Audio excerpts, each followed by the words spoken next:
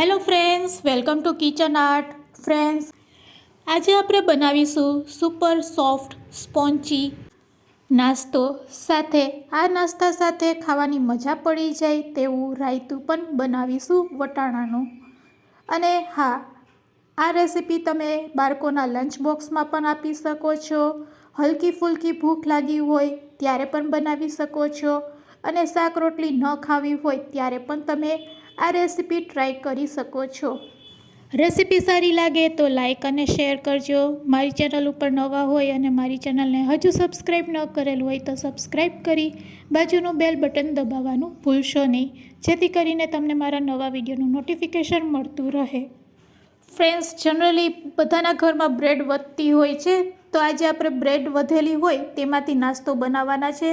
એટલે આપણે 2 વધેલી બ્રેડ લેશું અને તેના ઉપર અડધી વાટકી જેટલું દહીં લેવાનું છે અને દહીંથી આપણે આ બ્રેડને પલાળવાની છે. તો અડધી વાટકી જેટલું દહીં છે એ આપણે બ્રેડમાં એડ કરી દઈશું. ચમચીથી આ રીતે તમે મિક્સ કરશો એટલે બ્રેડ છે એ સરસ પલળી જશે. અને આ રીતે દહીં નાખીને આપણે બ્રેડને સોફ્ટ કરી લેવાની છે. તો તમે જોઈ શકો છો બ્રેડ આપણી એકદમ સોફ્ટ થઈ ગઈ છે. હવે એક બાઉલમાં આપણે પૌવા લેવાના છે. તો મેં અહીંયા અડધી વાટકી જેટલા પૌવા લીધેલા છે. આ પૌવાને આપણે પહેલાં પાણીથી સારી રીતે ધોઈ લેશું. 2 પાણીથી ધોવાથી પૌવા છે એ પોચા પણ થઈ જશે, પલળી જશે અને આપણા પૌવા પણ ધોવાઈ જશે. તો આ રીતે આપણે પૌવાને ધોઈ લેશું.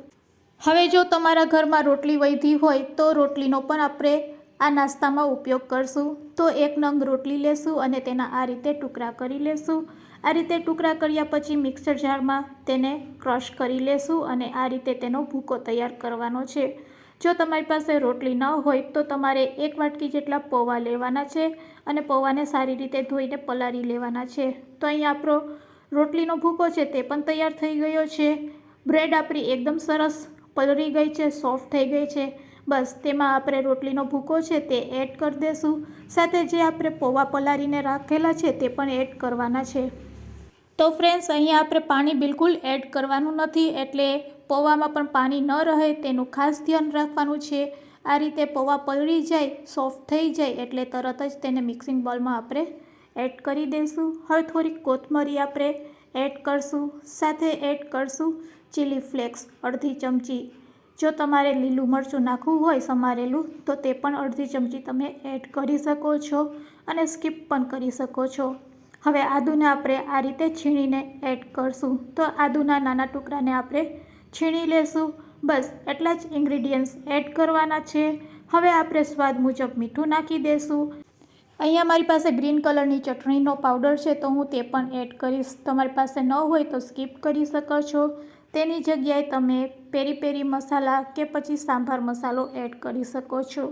હવે આ નાસ્તો વધારે ટેસ્ટી બને અને બાળકોનો ફેવરેટ બની જાય તેના માટે આપણે અડધી વાટકી લીલા વટાણા લેશું. અત્યારે લીલા વટાણા ખૂબ જ સરસ આવતા હોય છે, તો લીલા વટાણાને પણ આપણે અચકચરા આ રીતે ક્રશ કરી લેશું. તો તમે જોઈ શકો છો, બસ એકદમ ક્રશ નથી કરવાના, અચકચરા આ રીતે ક્રશ થઈ જાય એટલે આપણે તેને મિશ્રમાં એડ કરી દઈશું. વટાણાની જગ્યાએ તમે ગાજર પણ એડ કરી શકો છો.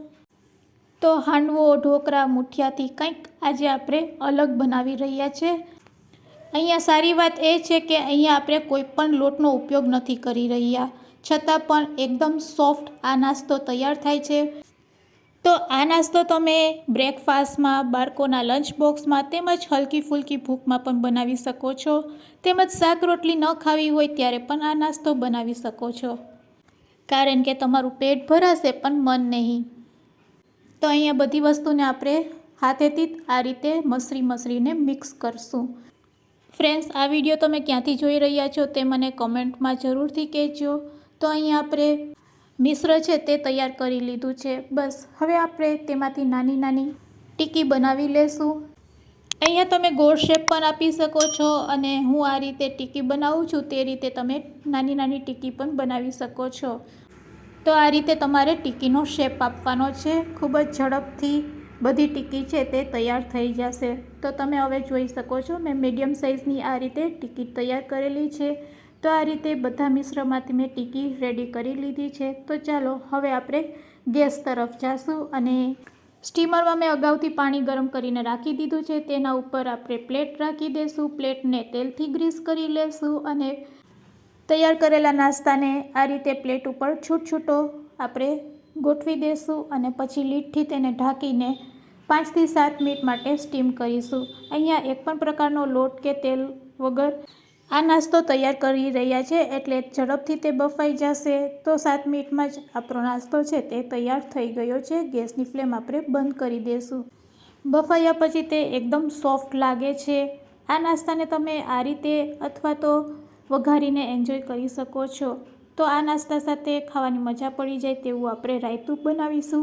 સાથે ઢોકળાને કઈ રીતે આપણે વઘારશું તે પણ હું તમને આગળ જણાવીશ. તો મેં અહીંયા વટાણા મીઠું નાખીને 2 ચમચી બાફી લીધા હતા. બસ બાફેલા વટાણામાં આપણે થોડુંક દહીં એડ કરશું રાયતું બનાવવા માટે. તો વટાણા સાથે આપણે દહીંને મિક્સ કરી લેશું. આ રીતે ફેટ્યા પછી હવે આપણે તેના ઉપર વઘાર કરવાનો છે. તો સિમ્પલ છે. વઘારિયામાં થોડુંક તેલ ગરમ કરવાનું છે. તેમાં ચપટી રાઈ, જીરું, હિંગ એડ કરવાના છે. લીમડાના પાન એડ કરવાના છે. સાથે તેમાં લાલ મરચું પાવડર ચપટી એડ કરી દેવાનું છે. આ રીતે હલાવી લેવાનું છે અને બસ આપણે દહીંમાં તેને એડ કરી દઈશું. તો અહીં આપણું વટાણાનું રાયતું છે તે તૈયાર છે, જે આ નાસ્તા સાથે તમે બનાવશો તો મજા પડી જશે. તો આ નાસ્તાને તમે શું કહેશો તે પણ મને કમેન્ટ્સમાં કહેજો.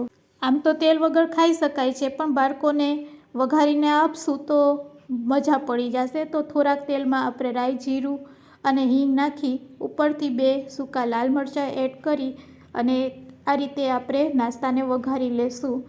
વઘારેલો નાસ્તો બાળકોના લંચ બોક્સમાં આપશો તો બાળકોને મજા પડી જશે. થોડાક સમારેલા લીલા મરચાં એડ કરશું અને સાથે તેમાં સાંભાર મસાલો એડ કરશું. સાંભાર મસાલાની લિંક મેં ડિસ્ક્રિપ્શન બોક્સમાં આપેલી છે, તમે ત્યાંથી જોઈ શકો છો. તો ઘરનો સાંભાર મસાલો બનાવવો હોય તો પણ તમે આરામથી બનાવી શકો છો. બજારનો ભેળસેળ સાંભાર મસાલા કરતાં ઘરે જ બનાવશો તો સસ્તો પણ પડશે. સાથે તમે આખું વરસ તેને સ્ટોર પણ કરી શકશો. તો અહીંયા આપણો નાસ્તો છે તે રેડી છે. ચાલો તેને સર્વિંગ પ્લેટમાં લઈ લઈએ અને સર્વિંગ પ્લેટમાં લીધા પછી તેને રાયતા સાથે સર્વ કરીશું. તો ફ્રેન્ડ્સ, આજની આ રેસીપી તમને કેવી લાગી તે મને કમેન્ટ્સમાં જરૂરથી કહેજો. અને રેસીપી સારી લાગી હોય તો તમારા ફ્રેન્ડ્સ, મિત્ર અને ગ્રુપમાં શેર કરવાનું ભૂલશો નહીં. વિડીયોને એન્ડ સુધી જોયો હોય તો એક લાઇક જરૂરથી આપજો. અને હા, મારી ચેનલને સબસ્ક્રાઈબ ન કરેલ હોય તો આવા નવા વિડીયો જોવા માટે મારી ચેનલને સબસ્ક્રાઈબ પણ જરૂરથી કરી લેજો. Thanks for watching. ફરી મળીશું એક નવી જ રેસીપી સાથે. ચાલો હું તમને ટેસ્ટ કરીને પણ બતાવું છું કે આપણો નાસ્તો છે તે કેવો તૈયાર થયો છે. વાવ ફ્રેન્ડ્સ, ખરેખર રાયતા સાથે આ નાસ્તો ખૂબ જ સરસ લાગે છે અને બાળકોનો ફેવરેટ બની જશે. તો શાક રોટલી ન ખાવી હોય તો તમે પણ ચોક્કસથી આ રેસીપી ટ્રાય કરજો.